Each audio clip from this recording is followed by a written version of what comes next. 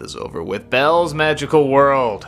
I can safely say that this is the first Disney sequel I've seen during this Disneycember that is clearly just doing the bare minimum. Hell, I don't even know if it's doing that. I guess with the popularity of Beauty and the Beast's Enchanted Christmas, they felt, well, why not do another one? Just something, anything. I don't know, throw it out there. And that's what this movie feels like. They just took something, anything, and vomited it up for us. What's the story? There isn't one. Well, no, there's like 4 or 5. It's not even really a movie. It doesn't really begin, it doesn't really end. It starts off in a lame-ass CG library. It gives us the setup again, how Belle traveled to a castle and comes across all these little characters and the Beast, and then it's just a few stories about when she was there. There's a part where she's angry at the Beast and they fight over who's gonna apologize first. That ends. Then there's a part about Lumiere being in love with the Feather Duster. That ends. There's one where Mrs. Potts feels left out. That ends. And there's one with a bird with a broken wing. That ends. And then it all ends. That was it. It doesn't even wrap up. The opening at least had a narrator saying, hey, this is going on. The ending it just stops. It's pointless. It's stupid. There is no reason for it to exist. Is that a movie? Is that what counts as a movie? Talk about false advertising. Look at the cover. It shows Belle in the yellow dress, the famous yellow dress. It doesn't even appear in this. What does appear really sucks. While the animation in Enchanted Christmas wasn't phenomenal, it's still pretty good. Again, you could tell they were trying. They just didn't have the budget to do as well as the first one, but they were really trying to make it look like the first one. Well, it looks like they took the budget of Enchanted Christmas and cut that in half again. Look at everybody. They look awful. This doesn't look like a Beauty and the Beast movie. It looks like Beauty and the Beast the TV show, like what they did with Aladdin the TV show. Was that the idea? Was this going to be a Beauty and the Beast TV show, but then they just scrapped it at the last minute? But they figure, we got 4 or 5 of these already done, just slap a movie title on it and say, Belle's Magical World. What's even magical about it? We've seen all this before. There's nothing new. It's just, we're used to this. There's nothing even that magical about it. What is that weird face that has now become a meme magical? Oh, okay, actually that is a little magical. But everything else is totally pointless. If you're just gonna lazily throw these things together and expect it to be a movie, expect it to be judged as a movie. This is clearly just something for 3 or 4-year-olds. I know what you're thinking, oh, isn't that like what the original Beauty and the Beast was? No! It was nominated for Best Film, not Best Animated Film. That didn't even exist yet. Maybe it's because of this movie that category exists. Come on, it's Disney! Is there anything good in it? Well, I like this line. What shall we do? There is only one thing to do. We must scream like bloodless cowards. Ah! This one's kind of cute. Hold on, Lumiere. Considering the option, I had no intention of doing otherwise. I guess the cartoony animation isn't that bad, but the animation when it's supposed to look serious, like in Belle or the Beast, is just pathetic. So yeah, 2 lines from Lumiere, some cartoony stuff that because of the low bar I have to congratulate them on looking cartoony, but aside from that, no, there's really nothing. If you have a toddler that likes anything, show this, because they'll like anything. Belle's Magical World, it sucks. I'm on to the next one, bye.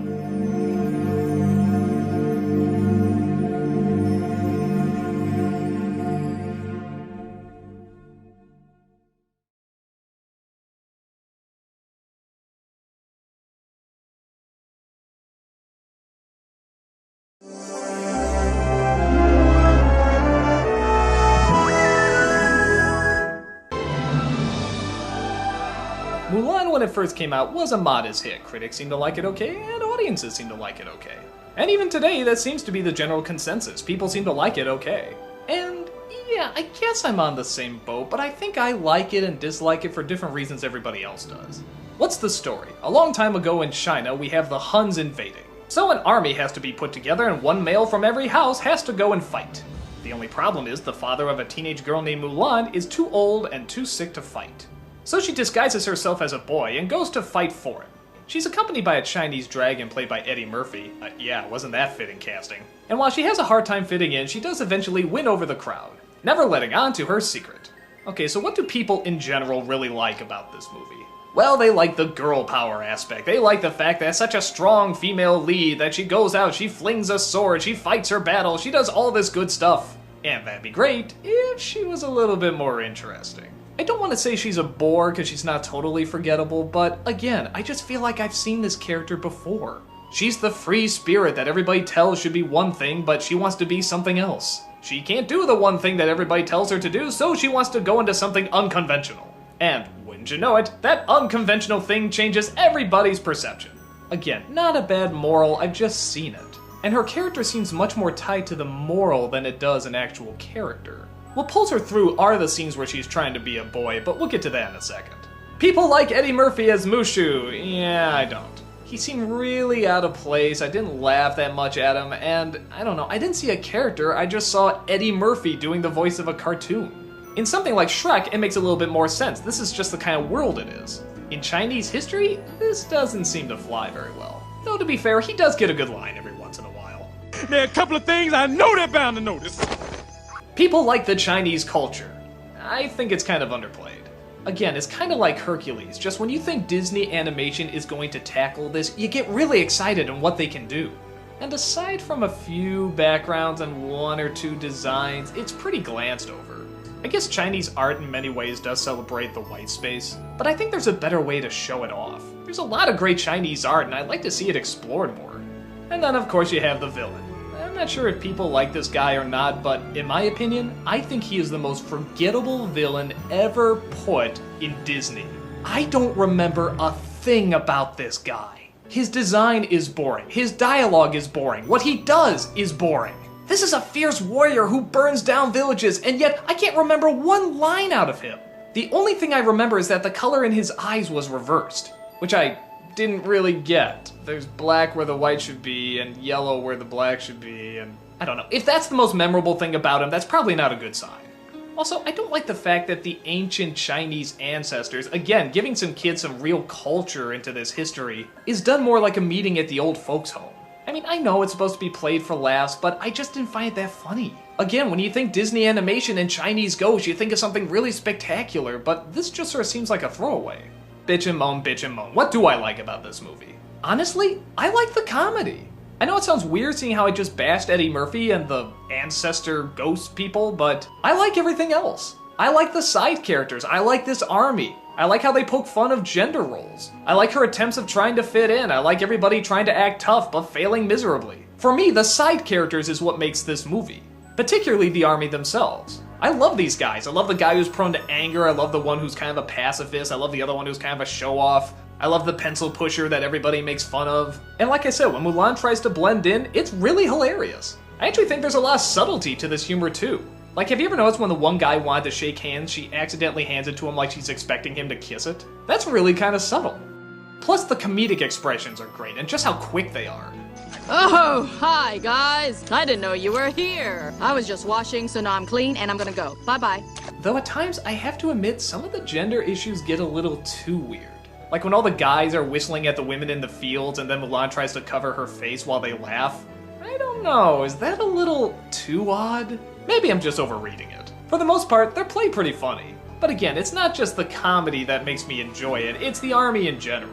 I like the camaraderie, I like the individuals, I like that they try to work with one another, I like that they anger each other, I like that they make each other laugh, and I like Mulan trying to blend in with them. For me, that's where the heart of the movie is. So like I said before, I think it's okay. It's certainly not one of the stronger Disney films, and I think it certainly could have been a lot more, but for what it is, it's got some good scenes. I remember liking it enough that I did sit down to watch it again, which is more than I can say for some of the other Disney films I think are merely okay. So in my opinion, it's worth at least one viewing. I wouldn't expect a whole lot of culture, but I would expect just the right amount of entertainment. When will my reflection show who I am inside?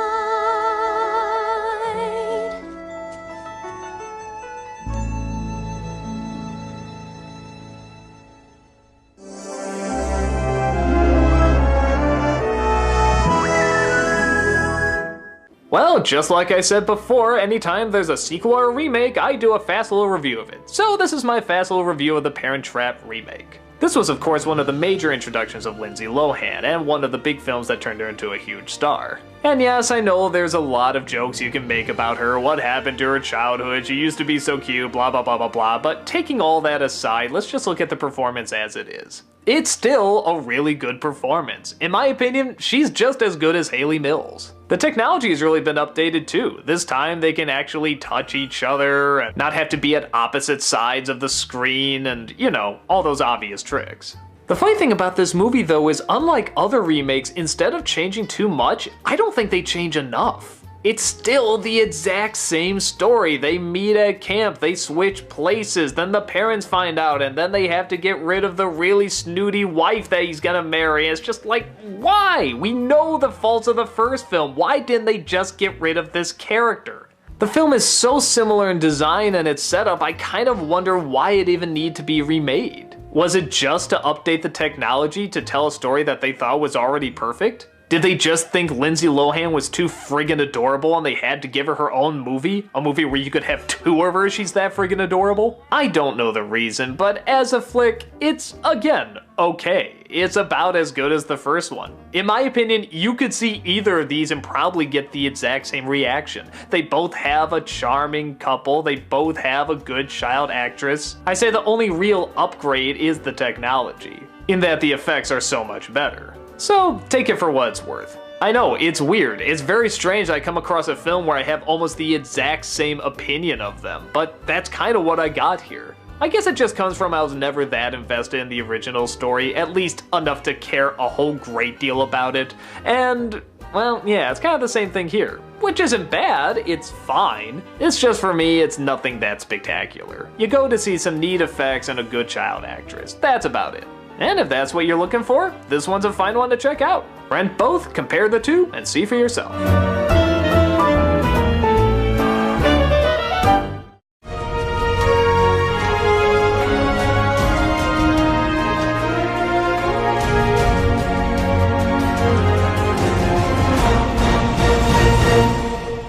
Yeah, because out of all the Disney properties that people seem to love the most, it was Pocahontas. Clearly we needed a sequel to that.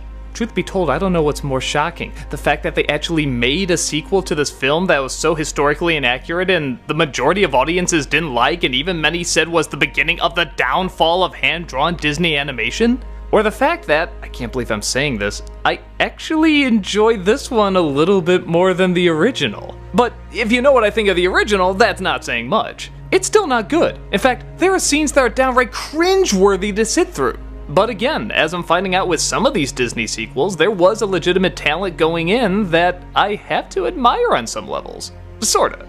The film opens up as stupid as you think a movie called Pocahontas 2 would open up. John Smith is apparently killed by the villain from the last film, Ratcliffe. Somehow, through some very confusing exposition, especially for a kid's film, this means that the white man can go and invade Pocahontas' tribe. But one man named John Rolfe, played by Billy Zane, believes this is unfair. So he pleads with the king to talk to the chief and see if they can work out something between the two. The chief is resistant though, especially seeing how the settlers on their land are not always the best.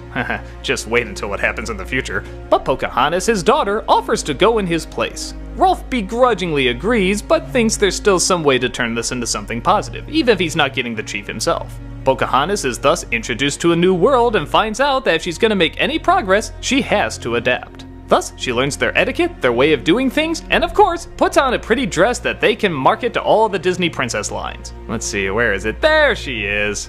It's borderline a My Fair Lady story, but keeps just interesting enough that it doesn't become too cliched.